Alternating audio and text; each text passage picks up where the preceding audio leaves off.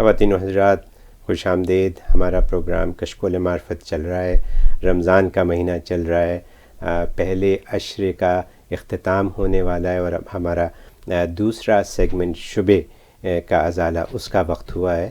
تو حضرت شبے کے ازالے میں ایک سوال جو آیا وہ عیسائیت کی طرف سے سوال آیا۔ انہوں نے یہ پوچھا کہ جو ہمارے بھی پیغمبر ہیں حضرت عیسیٰ علیہ السلام، وہ نعوذ باللہ یہ کہنا چاہتے ہیں کہ وہ ہمارے رسول سے کچھ آگے ہیں، وہ اس طریقے سے کہ انہوں نے دنیاوی باتیں نہیں کیں، انہوں نے نہ یہاں شادی کی دنیا میں، نہ کوئی دنیاوی چیزیں کیں، اور رسول پاک نے دنیاوی باتیں کیں جس میں ان کی شادیاں بھی شامل ہیں اور باقی چیزیں بھی۔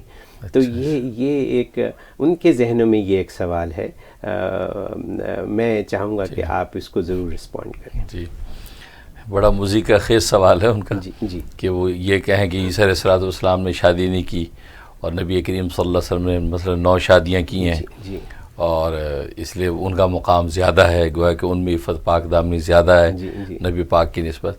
تو خیر یہ بڑی نالائقانہ بات ہے۔ پہلی بات ہوئی کہ انبیاء کرام میں اس طرح کا تقابل کرنا اور ایک کو گرانا دوسرے کو اٹھانا، اس سے نبی پاک صلی اللہ علیہ وسلم نے خود بھی منع فرمایا۔ وہ الگ بات ہے کہ اللہ تبارک و تعالی نے مراتب تقسیم کر رکھے ہیں۔ سب سے پہلا مرتبہ جو ہے افضل ترین نبی پاک صلی اللہ علیہ وسلم کا ہے، دوسرا مرتبہ جو حضرت ابراہیم علیہ السلام کا ہے، تیسرا مرتبہ موسیٰ علیہ السلام کا ہے، اور چوتھا مرتبہ حضرت عیسیٰ علیہ السلام کا ہے۔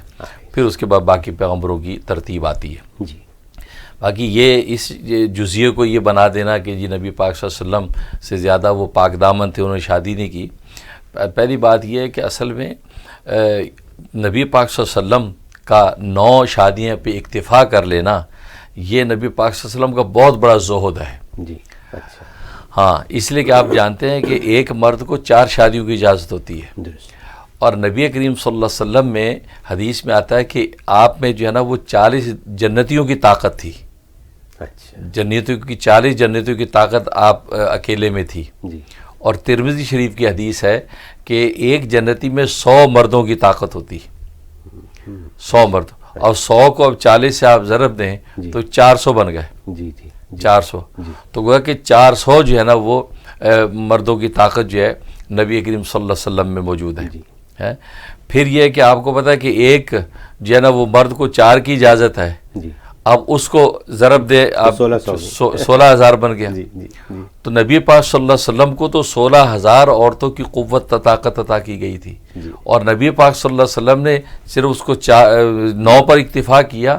یہ تو آپ کی انتہائی پاک دامنی کی علامت ہے، آپ پر غلبہ آخرت کی انتہا ہے کہ آپ وہ اس طرف آپ کا ذہن ہی نہیں ہے، آپ 9 پر اکتفا کر رہے ہیں۔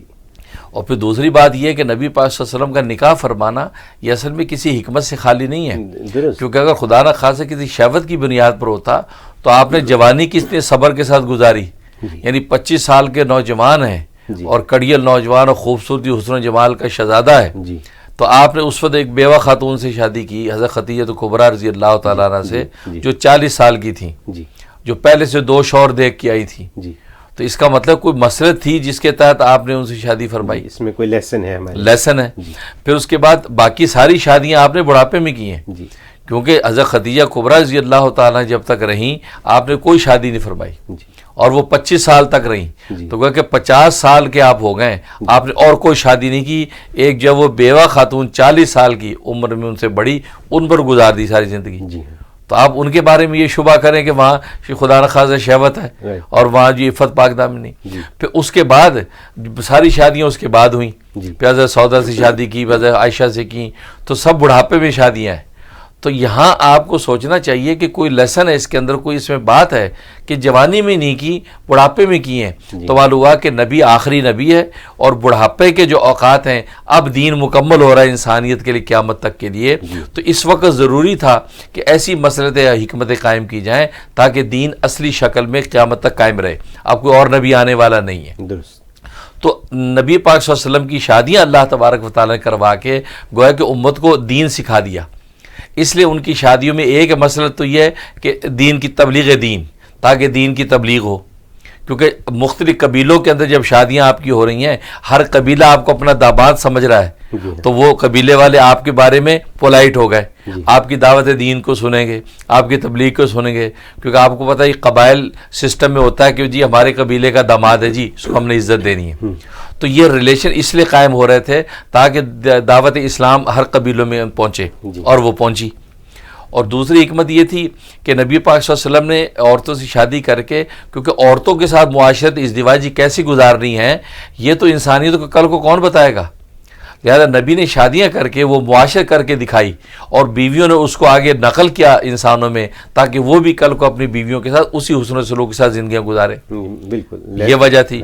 پھر آپ نے متعدد شادیاں اس لیے کی کہ اگر دنیا کے اندر اگر کوئی 4 شادیاں کرتا ہے یا 2 شادیاں کرتا ہے تو اس کے سامنے نبی پاک کا اسوہ حسنہ ہوگا کہ ہمارا نبی ان کے 9 شادیاں تھیں، وہ کس طریقے سے عدل و انصاف سے ان کے ساتھ زندگی گزارتے تھے، ان میں بے پیار کس طرح بانٹتے تھے. تو عملی جب شکل موجود ہوگی تو وہ امتی جو اسی عملی شکل کے مطابق اپنی 2 3 یا 4 بیویوں کے اندر پیار اور عدل بانٹے گا. اس لیے شادیاں کی ہیں.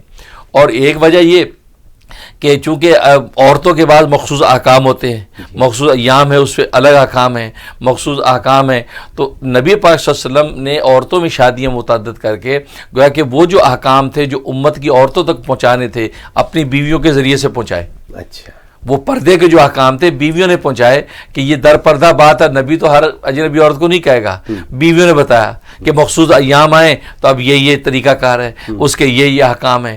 تو وہ اللہ نے ان عورتوں کے ذریعے سے جو ان کی بیویاں تھیں ان کے ذریعے وہ احکام امت تک پہنچائے، کیونکہ یہ نبی آخری نبی ہیں، ان کے بعد کوئی اور شریعت آنے والی ہے نہیں. لہذا آپ کے ذریعے سے اللہ نے یہ تکمیل دین کرنا تھا تاکہ قیامت تک کے آنے والے انسان آپ کے اسوہ کو دیکھ کر اس کے مطابق زندگی کے خطوط متعین کریں. یہ مصلحت تھی، کیونکہ اگر مصلحت نہ ہوتی اور شہوت مقصود ہوتی تو پھر یہ عیسائی یا یہودی ہمیں جواب دیں کہ جو اعتراض کرتے ہیں کہ نبی پاک صلی اللہ علیہ وسلم نے جوانی میں یہ شادیاں کیوں نہیں کی. اس وقت کرنا چاہیے تھی، جب جوانی میں نہیں کی تو سمجھنا چاہیے کہ نبی پاک سے بڑا پاک دامن کوئی نہیں کہ جو 16,000 کا آپشن رکھتا ہے اور 9 پر اکتفا کرتا ہے، اور ان کا تو زہد کہاں پہنچے گا. اور پھر دوسری بات ہے کہ اصل میں زہد جو ہے نا، زہد کا تعلق تقلیل لذات سے ہے، ترک لذات سے نہیں ہے. کہ لذت کیجیے آپ ترک کر دیں، یہ کمال نہیں ہے. کمال ہے کہ اس کو کم کر دیں. ایک ہے کہ ایک آدمی نے کوئی لذیذ کھانا کھایا ہی نہیں، اس کو وہ رغبت چاہت ہے ہی نہیں، اس کو پتہ ہی نہیں. مزہ تب ہے وہ ٹیسٹ لگے، پھر صرف آدھی روٹی پہ اکتفا کر کے دکھائے کیا کہ یار کمال ہے یا بڑی ویل پاور ہے. آپ نے آدھی روٹی پہ قورمہ یار ختم کیا، ورنہ یہاں تو ہم تو 3 روٹیاں کھا جائیں. تو کمال یہ ہوا کہ لذات کا ترک کرنا کمال ہے، اور لذات کا کم کرنا کمال ہے، ترک کرنا کمال نہیں. اس لیے روزے کی حالت میں اللہ کی ہماری قیمت کیوں بڑھ جاتی ہے کہ ہمارے سامنے کھانا ہے، پینا ہے، چاہت بھی ہے اور کھانے کی بھوک بھی ہے، اور 4 دیواری میں میاں بیوی بھی ہیں، لیکن اس کے باوجود اس کو روکتا ہے، وہ اپنی خواہش کو کم کرتا ہے، تو اللہ اس پر جو اس کو عطا کرتے ہیں. اس لیے نبی پاک صلی اللہ علیہ وسلم جو تقلیل لذات کی وجہ سے آپ کا مقام تو زہد میں اور زیادہ ہے. لہذا یہ کہنا کہ وہ کم ہے وہ ان کی نالائقی اور حماقت ہے. سبحان اللہ. کالز پھر آ گئی ہیں.